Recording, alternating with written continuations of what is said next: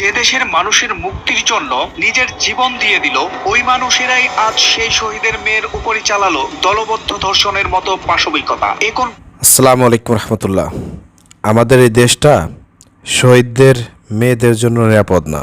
প্রিয় দর্শক, পটুয়াখালীর একজন শহীদ, যিনি ঢাকাতে শহীদ হয়েছেন এই জুলাই আগস্টে, ফ্যাসিবাদ হাসিনার বিরুদ্ধে যিনি লড়াই করেছেন, সংগ্রাম করেছেন, জীবন দিয়েছেন এদেশকে ফ্যাসিবাদ মুক্ত করতে। সেই শহীদ জসিমউদ্দিন ভাইয়ের 17 বছরের মেয়েকে গণধর্ষণ করেছে তারই এলাকার কিছু বখাটে যুবক পোলাপান। আপনারা বলেন, এই বাংলাদেশে শহীদদের সম্মানটা থাকলো কোথায়? আজকে ধিক্কার জানাই, আমরা ধিক্কার জানাই যে আসলে কি বলবো, বলার ভাষা নাই।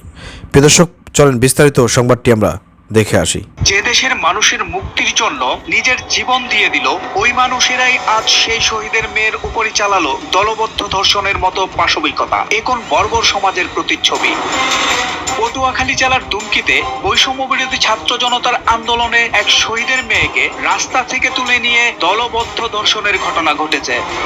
এই ঘটনায় দুমকি থানায় মামলার পর একজনকে গ্রেপ্তার করা হয়েছে। গত 18 মার্চ মঙ্গলবার সন্ধ্যা 7:30টার দিকে উপজেলার পাঙ্গাশিয়া ইউনিয়নের আলগি গ্রামের জলিল মুন্সির বাড়ির নির্জন বাগানে এই দলবদ্ধ ধর্ষণের ঘটনাটি ঘটেছে। মামলার অন্যতম আসামি সাকিব মুন্সিকে গ্রেপ্তার করেছে পুলিশ। সাকিবের বাবা মৃত মামুন মুন্সি ইউনিয়ন বিএনপির সভাপতি ছিলেন। মামলা সূত্রে জানা যায়, জুলাই গণ আন্দোলনে ঢাকায় নিহত পাঙ্গাশিয়া ইউনিয়নের 2 নং ওয়ার্ডের শহীদ জসিম হাওলাদারের কন্যা সরকারি জনতা কলেজের দ্বাদশ শ্রেণীর শিক্ষার্থী। তাদের নিজ বাড়ি থেকে নানা বাড়ি যাওয়ার পথে একই গ্রামের মামুন মুন্সির বখাটে ছেলে সাকিব মুন্সি, সোহাগ মুন্সির ছেলে সিফাত মুন্সি ও মালেক মুন্সির ছেলে ইমরান মুন্সি তাকে জোরপূর্বক তুলে নিয়ে পার্শ্ববর্তী জলিল মুন্সির নির্জন বাগানে পালাক্রমে ধর্ষণ করে এবং মোবাইল ফোনে ভিডিও ধারণ করে রাখে। ভুক্তভোগী চিৎকার করলেও নির্জন এলাকা হওয়ায় কারো সাড়া পাননি। এই ঘটনার কথা কাউকে বললে ভিডিও ক্লিপ ও ছবি ইন্টারনেটে ছেড়ে দেওয়ার ভয় দেখিয়ে অভিযুক্তরা চলে যায়। ধর্ষণের ঘটনার পর ভুক্তভোগী নিজে বাদী হয়ে অভিযুক্তদের বিরুদ্ধে দুমকি থানায় ধর্ষণ, নারী ও শিশু নির্যাতন আইনের 9-3 ধারায় মামলা দায়ের করেছেন। মামলা দায়ের পরেই প্রধান আসামি সাকিব মুন্সিকে গ্রেপ্তার করে আদালতে সোপর্দ করেছে পুলিশ। এ বিষয়ে দুমকি থানার অফিসার ইনচার্জ মোহাম্মদ জাকির হোসেন ঘটনার সত্যতা নিশ্চিত করে বলেন, ভিকটিমকে ডাক্তারি পরীক্ষার জন্য পটুয়াখালী মেডিকেল কলেজ হাসপাতালে পাঠানো হয়েছে। প্রিয় দর্শক, আপনার সংবাদটি শুনলেন, খুবই আশ্চর্য হয়েছে। আমি আসলে কি বলবো, ব্যথিত হৃদয় আজকে যে আমরা শহীদদের পরিবারকে আজকে আমরা নিরাপত্তা দিতে পারলাম না। প্রিয় দর্শক, আপনারা এখানে ঘটনা শুনলেন, সবাইকে অনুরোধ করবো ভিডিওটি সর্বোচ্চ শেয়ার করবেন। এখানে আপনার নাগরিক কমিটির যিনি প্রধান হয়েছেন নাহিদ ইসলাম, সে দেখতে গিয়েছিল, আরও অনেকেই দেখতে গিয়েছিল, যেহেতু শহীদ ফ্যামিলির একটি মেয়েকে তার সঙ্গে এই ধরনের ঘটনা ঘটানো হয়েছে।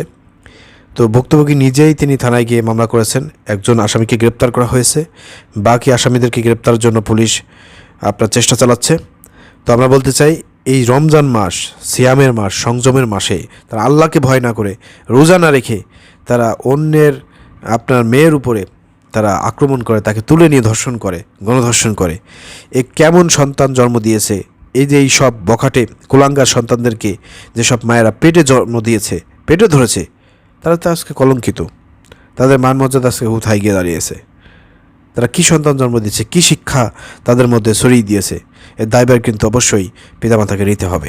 ঠিক আছে, আমরা বলতে চাই, এই যে যাদের নামে অভিযোগ উঠেছে এবং এই মেয়েটিকে পরীক্ষা নিরীক্ষা করে যদি ধর্ষণের আলামত এবং সব কিছু যদি সত্যটা প্রমাণিত হয়, আমরা 1 মাসের মধ্যে এই কুলাঙ্গারদেরকে আমরা ফাঁসির কাস্টে ঝুলতে দেখতে চাই।